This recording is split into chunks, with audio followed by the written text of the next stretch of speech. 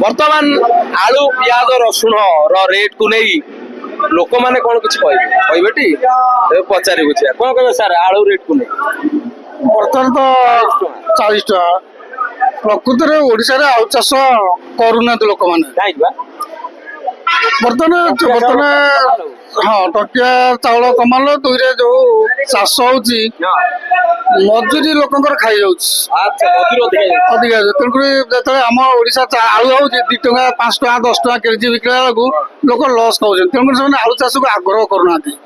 ଯଦି ସରକାର ସେପରି ସୁବିଧା କରନ୍ତେ ଯେ ପ୍ରତି ଜିଲ୍ଲାରେ 2ଟି 3ଟି 4ଟି କୋଲ୍ଡ ଷ୍ଟୋର ବ୍ୟବସ୍ଥା କରନ୍ତେ ତାହେଲେ ଆଳୁ କିଛି 6 ମାସ ବର୍ଷ ପର୍ଯ୍ୟନ୍ତ ସାଇତି ରହିଲା ପର୍ଯ୍ୟନ୍ତ ରହିପାରନ୍ତା, ତାହେଲେ ନିଶ୍ଚୟ ଆମ ଓଡିଶାରେ ଆଳୁର ରେଟ୍ କମି ପାରିବ।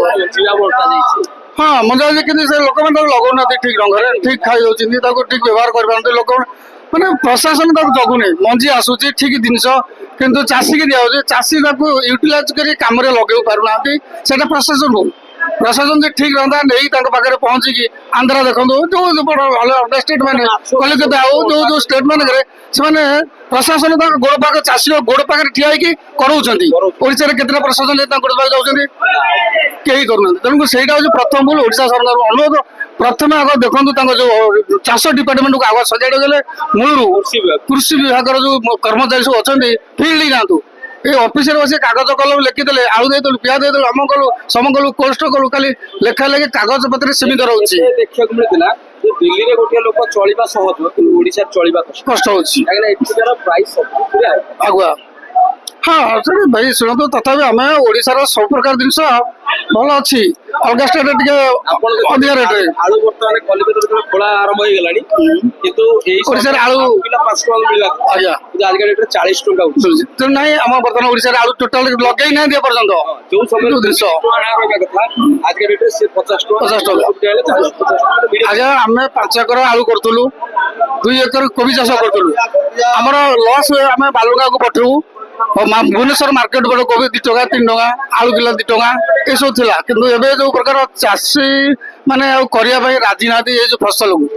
ବର୍ତ୍ତମାନ ଟୋଟାଲ ଡେଭଲପ ଦୁନିଆରେ ଘର ଦ୍ୱାର ଘର ବାଡି କରିବା, ଚାଷ କି ଦରକାର ଘର କରି ଘର ଭଡା ଦେବା ରହିବା, ଏଇଟା ଲୋକଙ୍କ ମନରେ ଗୋଟେ ବର୍ତ୍ତମାନ ଆସିଛି। ଚାଷ ପ୍ରତି କାହାର ଆଗ୍ରହ ରହୁନି। ଭାରତ ବର୍ଷରେ ବହୁତ ଜାଗାରେ ଆର୍ଥିକ ସହାୟତା ଦିଆଯାଉଛି କିନ୍ତୁ ଚାଉଳ ଟଙ୍କିଆ ଦିଆଯାଏ ନା।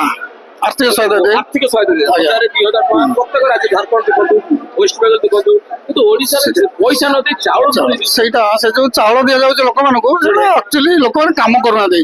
ଗୋଟେ ପରିବାର 10 ଜଣ 10-50 କିଲୋ ଚାଉଳ ଥୁଆଇଗଲା, ଜଣେ ଯେ କାମ କଲା ଟଙ୍କା 500 ହେଲା ଜଳିକି ମାନେ ହେଇଗଲା ତାଙ୍କର ମାସକ ପାଇଁ କି ଥୋଇଦେଲେ ଖାଦ୍ୟଟାକୁ, କାମ କଲେ ଫେଲା ଫେଙ୍ଗା ବୁଲେ ଯୋଉ ଲେବର ସବୁ କାମ ସବୁ କରୁଥିଲେ ଆଉ କରିବାକୁ ସେମାନେ ଚାହୁଁନାହାନ୍ତି।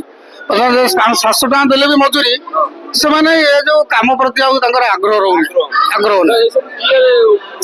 ମୁଖ୍ୟତଃ ସରକାର ବର୍ତ୍ତମାନ ଆଗରୁ ତ ବିଜେପି ସରକାର ବିଜେଡି ଥିଲେ, ଏବେ ବିଜେପି ସରକାର ଆସନ୍ତି।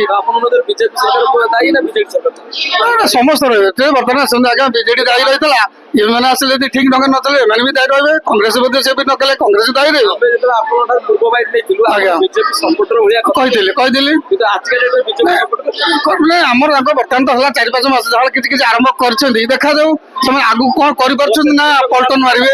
ହଁ ଜଣା ପଡିବ ତାଙ୍କର କାର୍ଯ୍ୟକ୍ରମ। ଏବେ ନୂଆ ଶିଖୁଛନ୍ତି ନା, କଲମ ଧରି ମଡେଇଛନ୍ତି, ଜାଣିନାହାନ୍ତି କୋଉଠି କଣ ଅଛି। ଯେତେ ଆସିଛନ୍ତି ମନ୍ତ୍ରୀ ଅମଙ୍ଗ ସମଙ୍ଗ ଆମର ଏମଏଲଏ ବିଧାୟକ, ବର୍ତ୍ତମାନ ଯୋଉମାନେ ମନ୍ତ୍ରୀ ଅଛନ୍ତି ସେମାନେ ନୂଆ କଲମ ଚାଷ କରୁଛନ୍ତି ନା, ଏତେ ସଡନ ମାନେ ସିଏ ପଶି ପାରିବେନି ଭିତରକୁ। ଆଜ୍ଞା